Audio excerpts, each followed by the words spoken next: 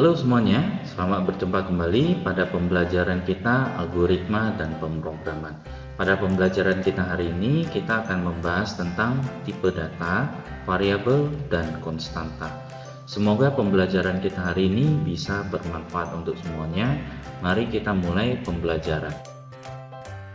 Oke, pertama sekali kita akan bahas dulu apa itu tipe data. Jadi, tipe data berdasarkan data yang ditampung, tipe data dapat dibagi menjadi 3 jenis, yaitu tipe data angka, karakter, dan logika. Jadi kalau angka fungsinya untuk menampung angka, contohnya 0 sampai dengan 9. Kemudian bisa juga untuk menampung angka-angka yang sifatnya desimal, yang bilangan berkoma. Nah, untuk tipe data angka bisa dilakukan operasi aritmatika. Jadi contohnya seperti tambah, kurang, kali, bagi, pangkat, dan sebagainya. Kemudian tipe data yang kedua adalah tipe data karakter. Nah, tipe data karakter ini bukan untuk operasi aritmatika. Walaupun bisa menampung angka, tapi tidak bisa dilakukan operasi aritmatika. Jadi contoh untuk tipe data angka berfungsi untuk menampung karakter, contohnya A sampai Z, 0 sampai dengan 9, karakter spesial contohnya tanda petik 1, petik 2, tanda kurang, tanda underscore, dan sebagainya. Oke, kemudian tipe data yang ketiga adalah tipe data logika. Tipe data logika ini simpel sekali, hanya untuk menampung dua nilai, yaitu true atau false. Tipe data logika biasanya kita kenal sebagai tipe data dengan nama boolean. Jadi true itu melambangkan 1, atau kemudian untuk false dilambangkan dengan angka 0. Oke. Kemudian nextnya, berdasarkan jenis tipe data, jenisnya tipe data dapat dibedakan menjadi dua, yaitu tipe data dasar dan tipe data bentukan. Untuk tipe data dasar ada beberapa, contohnya di sini ada char.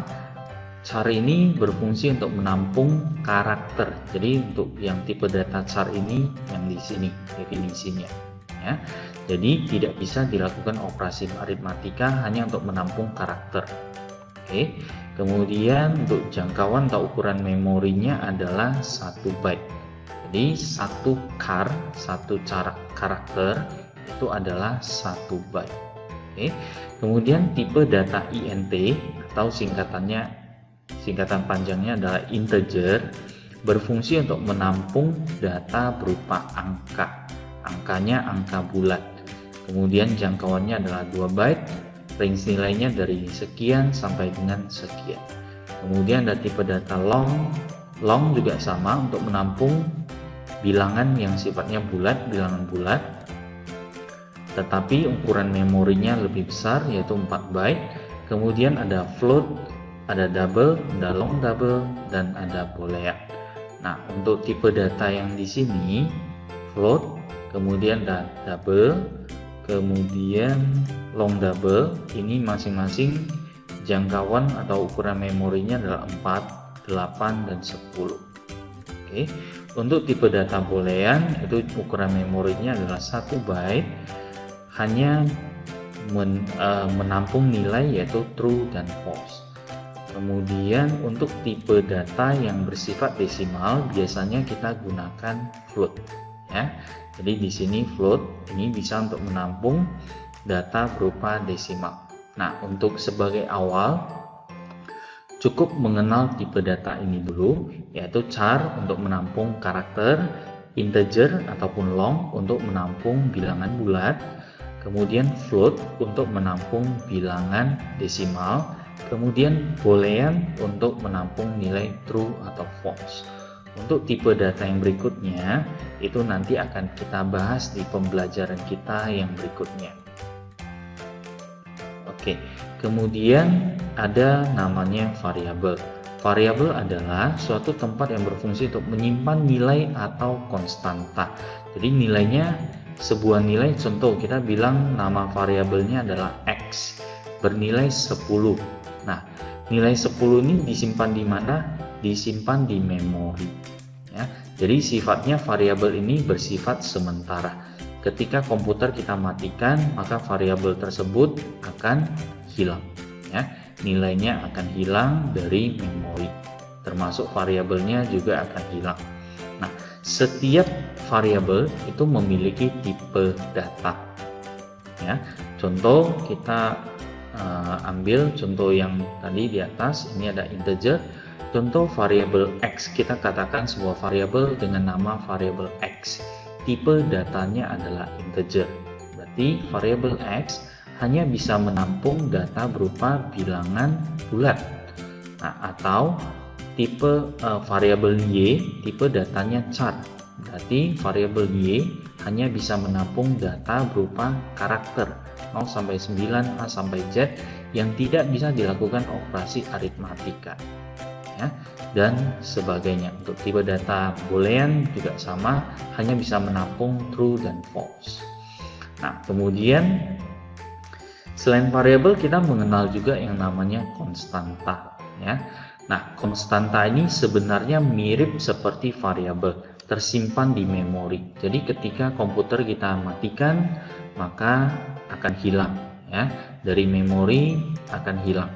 Nah, bedanya dengan variabel, kalau konstanta nilainya adalah tetap konstan, tidak bisa berubah lagi. Jadi awal contoh kita mengisikan, kita katakan sebuah konstanta bernama pi. Oke. Sebuah konstanta bernama pi dengan tipe datanya adalah float, nilainya 3,14. Ketika program berjalan, kita mengubah nilai dari pi ini menjadi 6,28 contohnya. Apakah bisa? Tidak bisa. Kenapa? Karena ini adalah konstanta. Lain halnya kalau untuk variabel, ketika berjalannya program, kita masih bisa mengubah nilai dari variabel. Ya, contoh variabel X, tipe datanya integer, bernilai 10, kita mengubah nilainya menjadi 20, apakah bisa? Bisa, kalau untuk tipe variabel. Sedangkan untuk tipe konstanta, namanya juga sudah konstan, berarti tidak bisa diubah lagi. Hanya bisa untuk pertama kali kita isi nilai, seterusnya nilai tersebut akan dibawa terus sampai program berjalan berakhir. Oke. Untuk pertama sekali, sebelum kita memulai menggunakan program C++, kita akan membuat sebuah directory dulu atau folder sebagai tempat lokasi penyimpanan file C++ kita. Nah, jadi biasanya lokasi default penyimpanan file C++ itu ada di local disk C atau drive C, folder turbo C4, PC, bin. Nah, biasanya lokasi penyimpanannya ada di sini. Kita akan buat satu buah folder dulu di folder bin ini, klik kanan, new folder. Nah, foldernya kita namai source.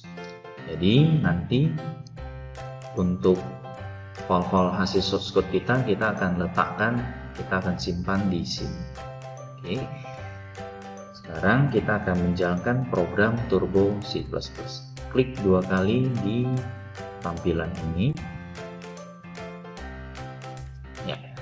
Nah, biasanya ketika awal baru kita jalankan setelah install, kita akan dapat coding seperti rainbow.c. Ini bisa kita tutup dulu, window close. Oke, kita akan buat satu buah file yang baru terlebih dahulu, file new. Oke, nextnya adalah kita melakukan pengesetan filenya akan kita simpan di directory mana. Jadi dari menu file pilih change dir. Nah, kemudian di sini sudah nampak ada satu folder yang barusan kita tambahkan, yaitu folder source. Klik di sini, pilih atau klik di tombol change dir, klik di tombol OK. Untuk menghilangkan kotak bagian Mi6 ini, kita cukup dari menu window zoom. Oke, kita akan membuat satu buah program yang simple dulu untuk mencetak kata hello world di layar monitor. Oke.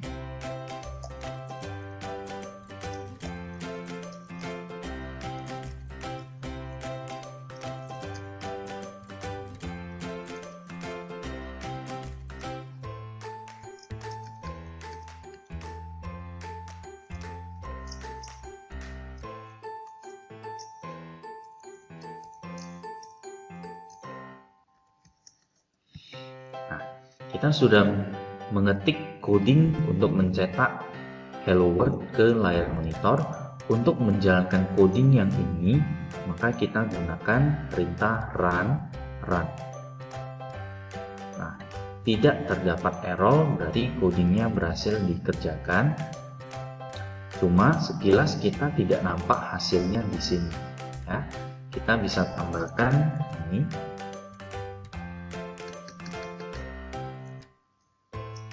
Include new.h. Kemudian di sini kita tambah perintahnya getCh. Kita compile ulang, run. Oke, hasilnya adalah hello world. Ya, kita akan tekan sembarangan tombol untuk keluar. Oke, pertama saya akan jelaskan dulu pengenalan untuk bahasa C++ ini. Ya. Jadi yang pertama, baris yang pertama ini ada include dengan menggunakan tanda pangkat di depan, include stdio.h, kemudian ada include connew.h. Nah, jadi yang baris pertama dan kedua ini adalah library yang kita import. Ya. Library itu adalah semacam coding yang sudah siap kita pakai. Jadi kita tinggal panggil fungsinya saja. Oke, jadi contoh di sini. Untuk menggunakan perintah printf ini, kita membutuhkan stdio.h. Untuk menggunakan perintah getCh ini, kita membutuhkan library connew.h. Oke, jadi itulah fungsi bagian include ini, supaya kita bisa menggunakan fungsi-fungsi seperti printf, getCh. Oke, nah kemudian nextnya ada baris ini, void main. Defaultnya setiap program C++, coding C++ dijalankan, maka yang pertama kali dikerjakan adalah yang berada di dalam void main ini. Ya. Jadi yang dikerjakan adalah dua baris ini, printf dan satu lagi getCh. Ada dua baris di sini. Oke. Nah, void main ini digunakan dengan tanda kurung kurawal buka dan tanda kurung kurawal tutup. Jadi akan dikerjakan terlebih dahulu printf hello world. Jadi fungsi dari perintah ini adalah mencetak ke layar monitor sebuah kata. Kata apa yang dicetak? Yaitu kata hello world. Ya. Jadi untuk kata yang ingin kita cetak itu harus berada di antara tanda petik 2. Oke. Jadi formatnya sama seperti ini. Nah, setiap baris perintah diakhiri dengan tanda titik koma. Ya, jadi printf sesudah kita tulis printf, teks apa yang mau kita cetak akhiri dengan tanda titik koma. Kemudian sama juga untuk getCh, setelah kita tulis perintah getCh, maka nextnya adalah titik koma. Fungsinya untuk sebagai penanda bahwasanya fungsi tersebut atau perintah tersebut sudah selesai. Ya, baru nanti bisa dilanjutkan dengan perintah atau baris coding yang berikutnya. Oke. Nah, pengerjaan coding di C++ selalu diawali secara runtun. Jadi dikerjakan dari baris 1, setelah baris 1 selesai dikerjakan, maka akan dilanjutkan dengan baris yang kedua. Nah, setelah baris kedua, lanjutkan lagi jika ada baris yang lain. Jika tidak ada baris yang lain lagi, maka akan keluar dari program.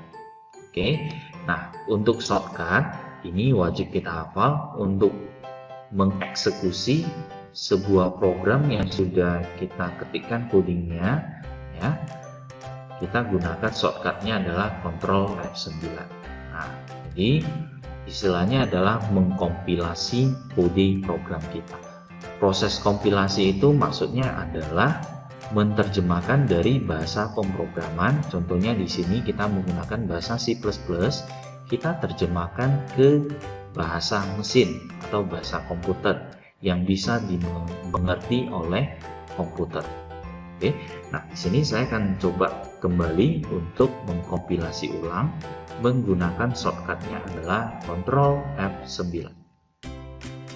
Oke, nah di sini kita bisa lihat teksnya berulang terus, hello world, hello world, hello world. Saya compile ulang lagi, hello world-nya makin bertambah lagi. Oke, tekan sembarangan tombol untuk keluar. Ya. Nah, untuk supaya hasil kompilasinya tidak memunculkan screen yang sebelumnya, kita bisa berikan perintah untuk membersihkan layar terlebih dahulu. Perintahnya adalah CLR SCR, singkatan dari clear screen, membersihkan layar. Jadi untuk yang pertama ini adalah bersihkan layar dulu, baru kemudian cetak kata hello world, baru get ch. Get ch fungsinya adalah untuk menunggu inputan dari keyboard. Ya. Jadi tekan tombol apapun itu sudah termasuk get ch, menunggu inputan dari keyboard kita. Oke, kita akan kompilasi ulang, Ctrl F9. Nah, teks yang hello world tadi sudah tidak berulang-ulang lagi. Ya, tadi di awal kita bisa lihat teksnya berulang banyak sekali. Berapa kali kita compile maka teksnya akan berulang terus. Nah, jadi ini tekan sembarangan tombol untuk keluar. Nah, jadi itulah fungsi dari clear screen, membersihkan layar. Oke. Nah, ada kalanya sewaktu kita mengkompilasi coding kita yang sudah kita ketikkan terjadi error. Ya. Contoh di sini kita akan sengaja membuat sebuah error. Supaya terjadi error, kita bisa hapus tanda titik koma pada bagian ini, printf. Oke, kita akan kompilasi, Ctrl F9. Nah, di sini ada keterangan error, press any key. Kita klik di bagian ini, error. Kemudian di sini ada keterangan error noname.cpp line 7. Ya, ini maksudnya adalah 7, ini maksudnya adalah line 7. Statement missing tanda titik koma. Jadi di line 7 tanda titik komanya kurang maksudnya. Ya, dan saya di sini line 7. Oke, ya, seharusnya di line 6 ya di sini. Nah, kita tambahkan titik koma, compile ulang, seharusnya tidak terjadi error lagi. Ya, nah jadi pengetikan suatu kompilasi terjadi error itu adalah hal yang wajar. Jadi tidak usah panik ketika menghadapi sebuah error. Ya. Programmer yang sudah handal sekalipun itu pasti menghadapi error ketika pembuatan atau perancangan sebuah program. Ya. Jadi itulah cara kita untuk mendapatkan errornya di mana, ya, dengan menggunakan perintah dengan menggunakan ini bagian keterangan di sini. Ya, klik di sini kita sudah dapat. Oke, statement missing titik koma itu artinya adalah tanda titik komanya kurang. Ya, jadi tinggal kita tambahkan di sini tanda titik koma. Program atau coding ini kita akan simpan dulu. Kita bisa klik dari menu file, save. Oke, untuk name-nya kita ganti, contohnya latihan 1, ya, latihan 1. Oke, sudah tersimpan latihan 1. Kita akan buat file yang baru, file name. Oke, window atau F5 shortcutnya.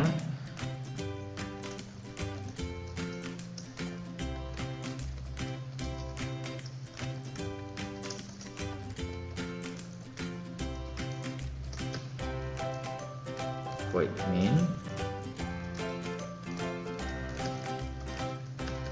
tutup, buka, tutup, buka kurung kurawal, tutup kurung kurawal. Ya. Nah, biasakan untuk penggunaan void main ini, buka kurung kurawal dan tutup kurung kurawal, langsung kita buka dan langsung kita tutup, menghindari supaya kita tidak lupa. Ya.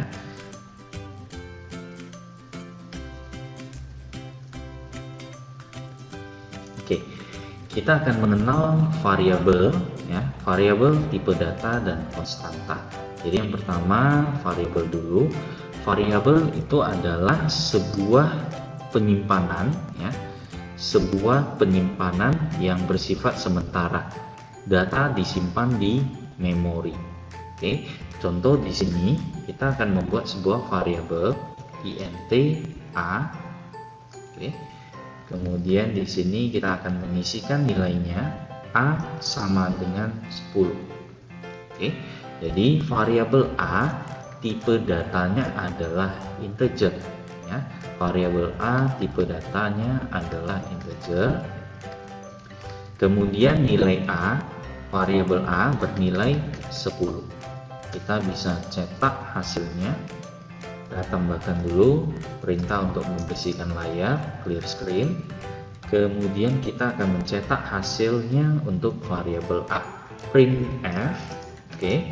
Nah, cara kita mencetak untuk tipe data integer, kita menggunakan fungsi seperti ini.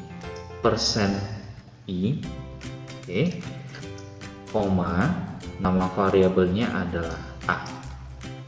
Oke, get ch. Kita kompilasi dulu, Ctrl F9. Nah, kita sudah dapat hasilnya adalah 10. Oke. Jadi variabel a bernilai 10. Oke. Nah, contoh ada variabel lain lagi int b. Kita bisa deklarasi dulu di sebelah sini. Nah, apa jadinya kalau sebuah variabel belum kita deklarasi tapi sudah kita gunakan? Contoh b sama dengan 20. Variabel b belum dideklarasi tapi sudah kita gunakan di sini. Hasilnya adalah terjadi error ya. Undefined symbol b, artinya variabel b ini tidak dikenali. Jadi sebelum menggunakan sebuah variabel harus dideklarasi dulu int b ya. Jadi cara deklarasi variabel seperti ini. Int ini adalah tipe datanya, a ini adalah nama dari variabel tersebut. Oke. Nah, penamaan variabel bebas asal tidak menggunakan angka sebagai awalannya. Jadi contoh kalau yang seperti ini valid, artinya diperbolehkan int a, int b, int c, atau int panjang, int luas, int lebar dan sebagainya. Yang tidak diperbolehkan contohnya adalah seperti ini, int 1a. Kenapa tidak diperbolehkan? Karena untuk nama variabelnya diawali dengan angka, tidak boleh. Kecuali kita menggunakan a1, ini boleh ya. Jadi intinya nama variabel harus diawali dengan huruf dulu, baru boleh diikuti dengan angka. Oke. Nah, kita akan compile, Ctrl F9, seharusnya tidak terjadi error ya. Kemudian kita cetak untuk nilai variabel b, printf. Oke, caranya sama, %i, b, variabel b. Ctrl F9. Nah, hasilnya seperti ini, tidak ada spasi, lengket, ya kan? Nah, kita bisa tambahkan garis baris baru, kita cukup tambahkan \n seperti ini ya. Ctrl F9. Oke, hasilnya sudah turun baris ya. Jadi \n ini fungsinya adalah untuk menambahkan karakter enter ya, atau new line, baris yang baru. Oke, nah kemudian kita bisa tambahkan lagi int c. Nah, nilai c ya, nilai c itu adalah perkalian a dikalikan dengan b. Jadi kita bisa cetak hasilnya seperti ini.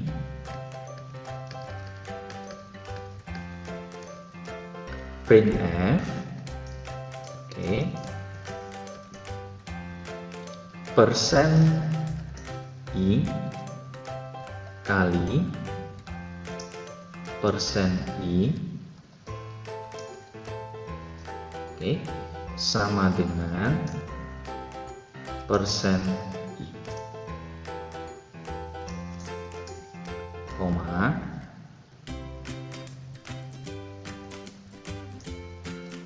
B, C. Oke, tutup kurung jadi koma ya. Kita lihat hasilnya, Ctrl F9 ya, hasilnya adalah 10 kali 20 sama dengan 200. Ini kelebihan karakter di sini ya. Oke, kita hapus dulu. Jadi persen I yang pertama di sini itu adalah mewakili A. Oke. Persen I yang kedua mewakili B, persen I yang ketiga mewakili C. Oke. Nah, supaya perintah untuk mencetak A dan B ini tidak dieksekusi, kita bisa tambahkan tanda garis miring 2 kali seperti ini. Kita eksekusi ulang, Ctrl F9. Maka hasilnya adalah 10 kali 20 sama dengan 200. Jadi di C++ kita bisa buat, ini istilahnya adalah komentar ya. Komentar diawali dengan tanda slash 2 kali. Oke, kalau kita sudah menjadikan sebuah baris sebagai komentar, maka baris ini akan dianggap tidak ada ya, dianggap tidak ada atau tidak akan dikompilasi sewaktu kita menekan tombol Ctrl F9. Hanya dianggap sebagai keterangan saja, bukan bagian dari coding yang akan dikompilasi. Oke. Nah, jadi ini terangkan ulang ya. Jadi untuk variabel awal ya, variabel yang akan kita gunakan semua harus kita deklarasi terlebih dahulu ya. Jadi di sini ada variabel tipenya adalah integer atau bilangan bulat ya, ada 3, int A, int B, int C. Oke. Variabel A bernilai 10, variabel B bernilai 20, variabel C adalah perkalian antara variabel A dengan variabel B. Oke.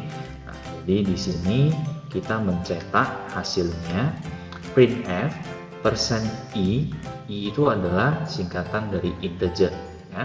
Persen I dikali dengan persen I sama dengan persen I. Jadi persen I yang pertama adalah variabel A, persen I yang kedua adalah variabel B, persen I yang ketiga adalah variabel C. Sehingga sewaktu dikompilasi hasilnya menjadi seperti ini. Oke. Nah, kalau misalkan kita ubah nilai di sini, tentunya hasil dari variabel C akan ikut berubah juga, yaitu menjadi 400. Demikian untuk pembelajaran kita dengan topik tipe data, variabel, dan konstanta. Semoga pembelajaran ini bisa bermanfaat untuk semuanya. Sampai jumpa lagi di pembelajaran berikutnya.